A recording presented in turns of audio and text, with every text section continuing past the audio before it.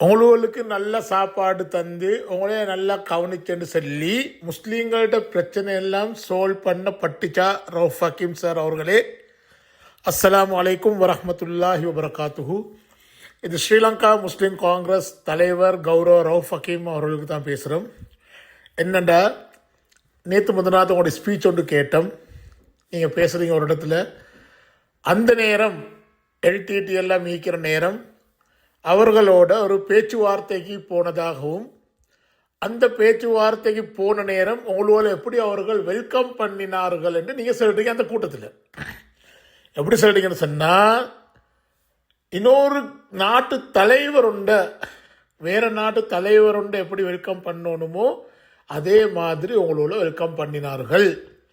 எப்படின்னா 50 மீட்டருக்கு இடையில் அவங்களோட சோல்ஜர்ஸ் எல்லாம் வச்சு நீங்கள் வார வழியில் அப்படி உங்களை வெல்கம் பண்ணி, அதுக்கப்புறம் 12-20 ஆக்குள்ள பேச்சுவார்த்தையை நிப்பாட்டி உங்களுக்கு லுகர் தோட்டத்துக்கு உண்டான ஏற்பாடை பண்ணி, அதுக்கப்புறம் சாப்பாடு எத்தனோ வகையான இறைச்சிகள் மாமிசம் அப்படியெல்லாம் வச்ச நேரம் நீங்களே தயங்கினதாக சொல்கிறீங்க. ஏனெண்டா அது ஹலாலான்னு சொல்லி, அப்போ எல்டிடி தலைவர் அவர்கள் அந்த நேரம் அவரோட செஃப்பை கூப்பிட்டு உங்களுக்கு சலாம் செல்ல வச்சு, ஹலால் சாப்பாடு தான் செல்ல வச்சு, அது பொறுத்தான் நீங்கள் தின்றதாக சொல்கிறீங்க. அல்ஹம்துலில்லாஹ், நல்ல விஷயம். உங்களோட அந்த நேரம் கௌரவப்படுத்தினது முஸ்லீம் சமூகத்தை கௌரவப்படுத்தினதாக இருக்கணும். ஆனால் அவ்வாறான பேச்சுவார்த்தைகளுக்கெல்லாம் பொறவும் முஸ்லீம்களுக்கு என்ன சரி ஒரு கிடைச்ச லாபம் என்ன சமூகத்துக்கு கிடைச்சிச்சு. அந்த நேரம் நீ சரி பேச்சுவார்த்தை போன நேரம் அந்த முஸ்லீம்கிட்ட அவர்கள் எடுக்கிற அந்த டேக்ஸ், அந்த வரி, அந்த கப்பம், அதை நிறுத்தினதாக சொல்கிறீங்க. நிப்பாட்டுங்கன்னு சொன்னதை அதை ஏற்றுக்கொண்டு உடனே அடுத்த நாள் அதை நிப்பாட்டுறதுக்கு உண்டான ஏற்பாடு பண்ணினதாக சொல்கிறீங்க. அது நடந்துச்சா இல்லையானா இப்போ அதுக்கு சம்பந்தப்பட்ட ஆகளுக்கு தான் தெரியும். ஆனால் முழு உலகத்துக்கே தெரிஞ்ச ஒரு விஷயம்தான், வடக்குலேருந்து மக்களை நோர்த்துலேருந்து 24 மணி நேரத்தில் 24 மணி நேரத்தில் அந்த மக்களை வெளியே போக சொல்லி ஒரு ஆர்டர் கொடுக்கப்பட்டுச்சு. அவங்க சம்பரித்த அத்தனை சொத்துக்களையும் விட்டுட்டு அந்த நேரம் அவங்களுக்கு மாற்றி உடுக்கிறதுக்கு உடுப்பு மட்டும் ஒரு ஷாப்பிங் பேக்கில் எடுத்துக்கிட்டு போனதாகத்தான் நாங்கள் வரலாறுல கேள்விப்பட்டுக்கிறோம். அவ்வாறான ஒரு நிலைமையை செஞ்சுட்டு அந்த எல்டிடியால் உங்களோட அப்படியெல்லாம் பேச்சுவார்த்தைக்கு பிறகு சரி அவர்கள் தாங்கள் செஞ்ச அந்த பிழைய, அந்த வரலாற்று பிழைய அதுக்கு பிராச்சித்தமாக என்ன சார் செஞ்சாங்களா? முஸ்லீம்களை திருப்பி வந்து உங்களோட வீட்டுகளுக்கெல்லாம் வாங்க, உங்களோட இடத்துக்கு வாங்க வந்துடுங்கன்னு சொன்னாங்களா? இல்லையே சார்.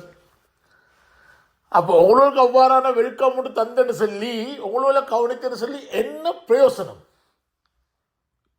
ஆகவே நீங்கள் அந்த மீட்டிங்கில் அப்படி பேசக்குள்ள இதையும் சொல்லியும் தான் நல்லா இருந்துக்குமே. அவர்கள் இவ்வாறான ஒரு தவறையும் செய்தார்கள், எங்களோட சமூகத்துக்கு சொல்லிக்கலாமே. எத்தனோ விஷயம் செஞ்சாங்க. ஹஜ்ஜுக்கு போயிட்டு வந்தவங்களை கொண்டது அது இது எவ்வளோ இருக்குது. நான் சொல்கிறேன், மெயினாக இப்போக்கு எல்லாத்துக்கும் நினைவிக்கிறது அதுதான். ஏன் அந்த மக்கள் இன்னும் புத்தளத்திலையும் நாட்டில் வேறு வேறு பகுதிகளையும் இன்னும் வாழ்கிறாங்க, தண்டை சொந்த ஊரை விட்டு போட்டு வந்து. யாரால? இந்த எல்டிடியால். அப்போ அதையும் நீ அந்த கூட்டத்தில் சொல்லியும் தான் நல்லா இதிக்கும் உண்டு. ரெண்டாவது சார் ரவுஃப் ஹக்கீம் அவர்களே, இன்னொரு விஷயம் கூட கேட்குறோம்.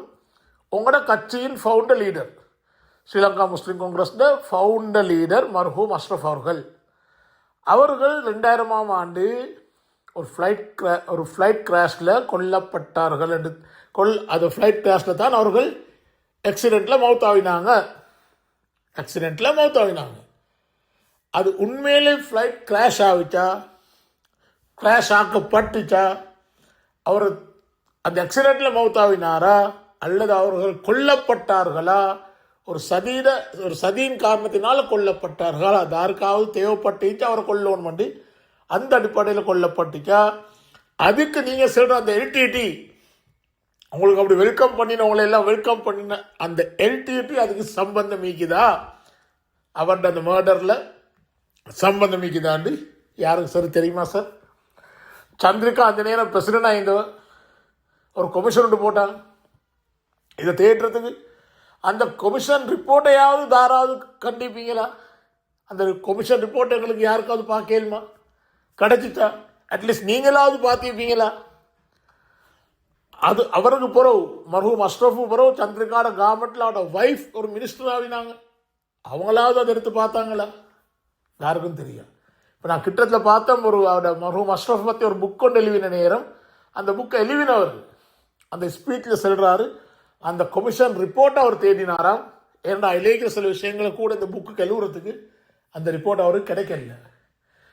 பஷீர் ஷேக் தாவூத் கிட்டோ யாருக்கிட்ட பேரோடு சரி சொல்கிறார், அவர்கிட்ட கொப்பி ஒன்று இருக்குதா, ஆனால் அவர் இப்போ சூமில்லாத நிலைமையில் இருக்கிறார், எடுத்துக்கூடையெல்லாம் எங்கே வச்சுக்கிறான்னு தெரியாதுன்னு அதுதான் சொன்னார். அந்த தலைவர்கிட்ட அதாவது அவர்கிட்ட அந்த சம்பவம் பற்றி சரி வந்த கொமிஷன் ரிப்போர்ட்டையாவது பார்த்து கொள்ளையில்லாத தலைமைத்துவம் என்று தான் எங்களுக்கு இது முஸ்லிம் சமூகம். ஆகவே அது கூட எனக்கு கிடைக்கல. அது நடந்துட்டு போயிட்டு அதை கூட எங்களுக்கு செய்யலாம் போச்சே சார். அட்லீஸ்ட் இதுக்கு பொறவு சரி நீங்கள் உங்களுக்கு நீங்கள் நல்ல ஒரு லீடர், ஒரு மெச்சுவர்ட் எடுக்கேட்டட் பொலிட்டிக்கல் லீடர். நீங்கள் இப்போ அது செல்லோன்னு போய்க்கிற லீடர்ஸ் மார்க்கெடையில் பொலிட்டிக்கல் லீடர்ஸில் நீங்கள் நல்ல ஒரு மெச்சுவர்ட் லீடர். அந்த நேரம் செய்யலாம் போனது அது விட்டுருவோம். இது புறசரி எங்கிய காலங்களில் ஃப்யூச்சரில் உங்களால் எத்தனையோ வேலை செய்ய வைக்குது.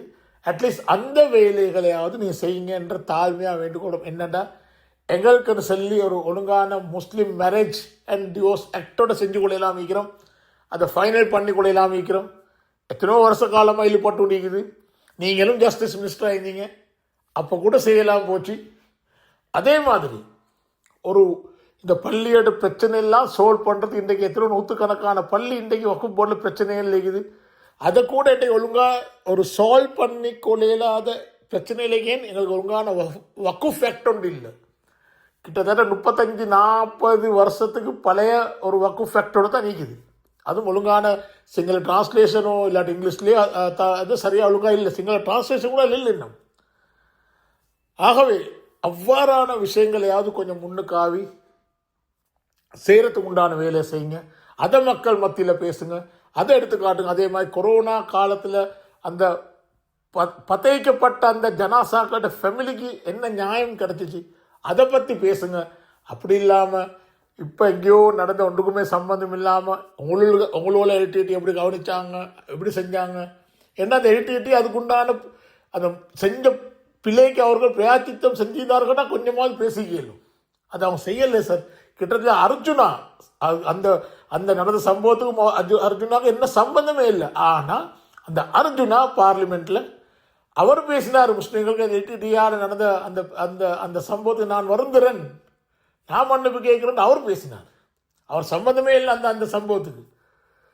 ஆகவே அதுவரை தான் சார் நீங்கள் பேசணுமே ஒழிய முஸ்லீம்களுக்கு முஸ்லீம் சமூகமும் கொடுக்குற பிரச்சனையை பேசணுமே ஒழிய இவ்வாறான சம்பவங்களை பேசி உங்களோட காலத்தையும் நேரத்தையும் நீங்கள் வேஸ்ட் பண்ண வேணும் என்ற தாழ்மையான வேண்டுகோள். நீங்கள் செய்யாட்டி முஸ்லீம் இந்த இந்த இந்த மற்ற பிரச்சனைகளை நீங்களும் முன்னுக்காக செய்யாட்டி அது பூரா யார் செய்யுது? ஆகவே தயவு செய்து அதுவருக்கு நீங்கள் கவனம் செலுத்துங்கண்டு தாழ்மையாக அவங்கள்ட்ட நாங்கள் வேண்டுகொள்கிறோம். அஸ்ஸலாமு அலைக்கும் வரஹ்மத்துல்லாஹி வபரகாத்துஹு.